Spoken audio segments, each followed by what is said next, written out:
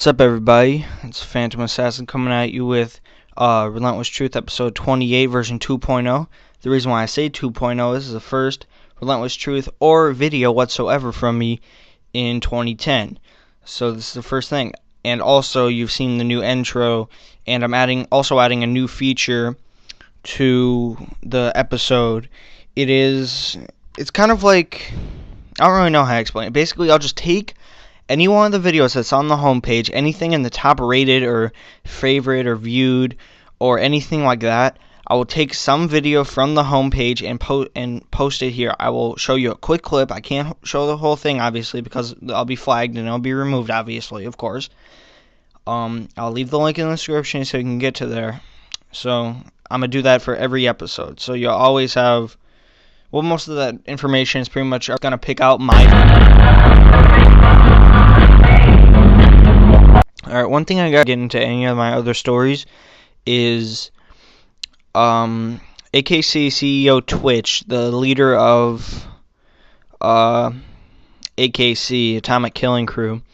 I've mentioned them in a few of my videos, and I did a random commentary with him on Modern Warfare 2. So, 2 days ago, he made a Left 4 Dead playthrough, sort of. He got his hands on a better camera. It's like a 15 megapixel camera. I'm not positive what the actual camera is, but he still used his shitty box TV, his tube TV, to record one of the campaigns for Left 4 Dead 2. I do not remember which campaign it was because I didn't watch the fucking thing. I just watched like 20 seconds of it, and I got the gist of what he was trying to do, and then I just stopped watching it. So basically what he did, he tried to go through the entire thing in parts. He uploaded part 1 last night. He tried to do part 2, but since YouTube's all fucked up and buggy and shit, I'll get into that later, so he couldn't do part 2 right now. So basically, this is what he did, and as soon as this clip is over, I'm gonna talk about what was wrong with his at a playthrough.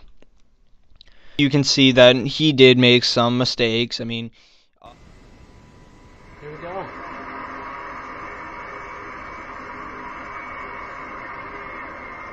Sorry about the bad thing. It's just because because it's really, really bright. It does that with the lines. That chopper looks like it's headed to the evac center at the mall. Gotta agree. Let's follow them to the mall. And this axe.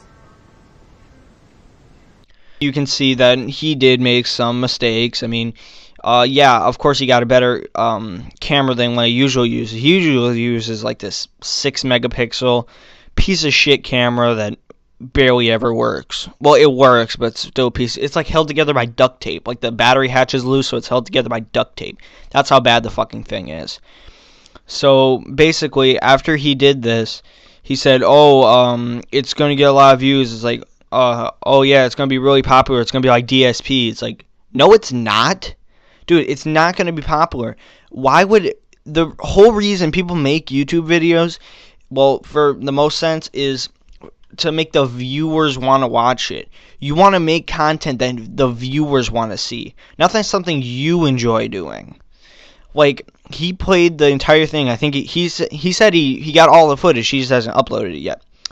So he says that, oh yeah, people are going to really like it.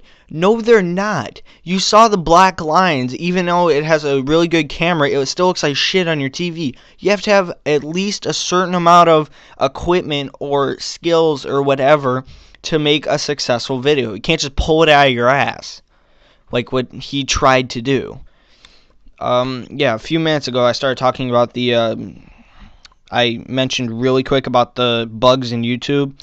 Everybody's talking about this. Fucking Shane Dawson, some other big time people on YouTube, and nobody's getting back and all that shit. And I don't really want to rant about that. It'll take too long.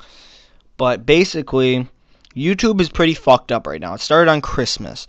HD videos are screwed up. You can still upload them. It's a lot harder to upload them because it's easy to get errors and whatnot. And if you want to view a new HD video that was uploaded, let's say an hour ago, you try to see it, it won't let you.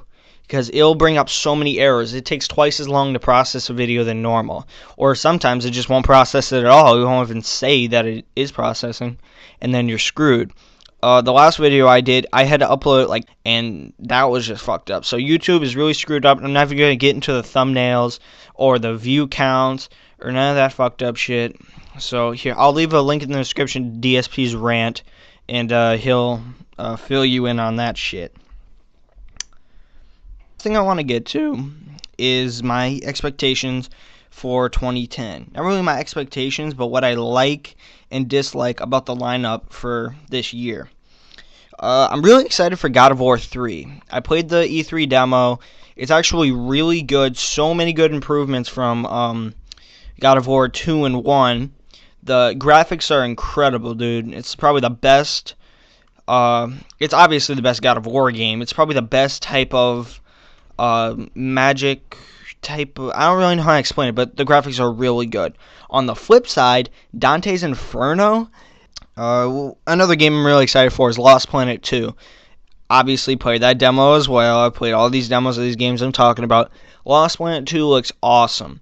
The epic boss fights, the insane huge 20-foot big ass lava monsters that are fucking gonna step on your mouth and fucking just crush your face, curve stomp you and shit, eat you alive, and then you're inside him and you can shoot his insides and his heart.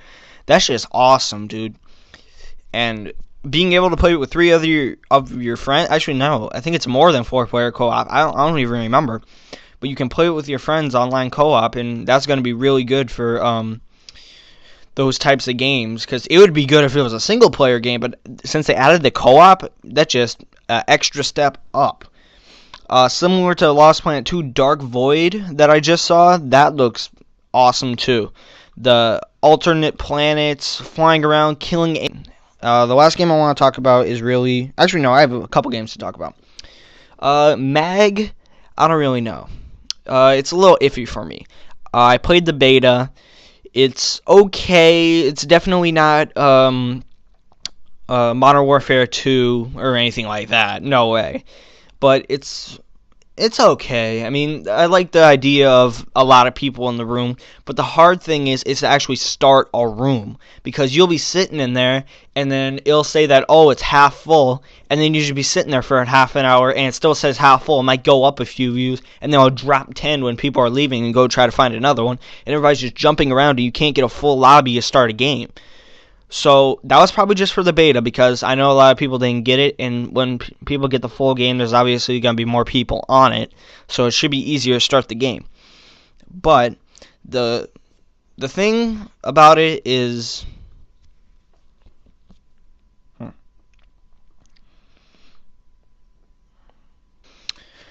alright, so the last game I got to get to, everybody's been talking about it, people have been asking me to talk about it. It's Bayonetta, the game that's released on the 5th of January, so when you're seeing this, it might already be out. So Bayonetta is basically a really good, it's a game that has really good combat. That's the main thing.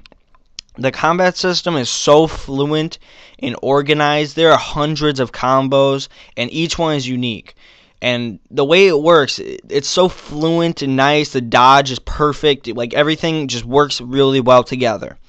But the problem is, it's a Japanese style game. I know it was a Japanese guy that developed it. I know that. It was a company in Japan that developed the game.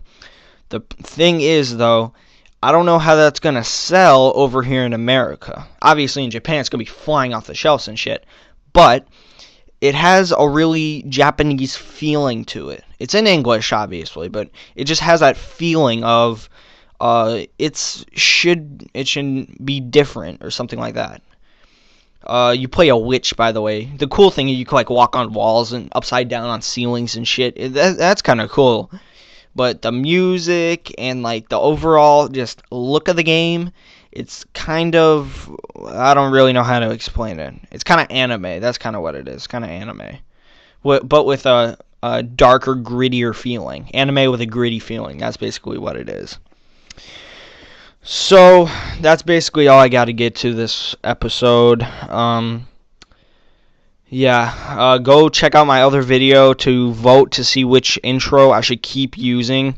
I know you saw the one that I used on this one, but in case you don't like that one or you haven't seen the other ones, check that out and leave a comment below telling me which one of the to it still. So, thank you guys for listening. I'm Phantom Assassin once again, and I'm out. See you guys in episode 29.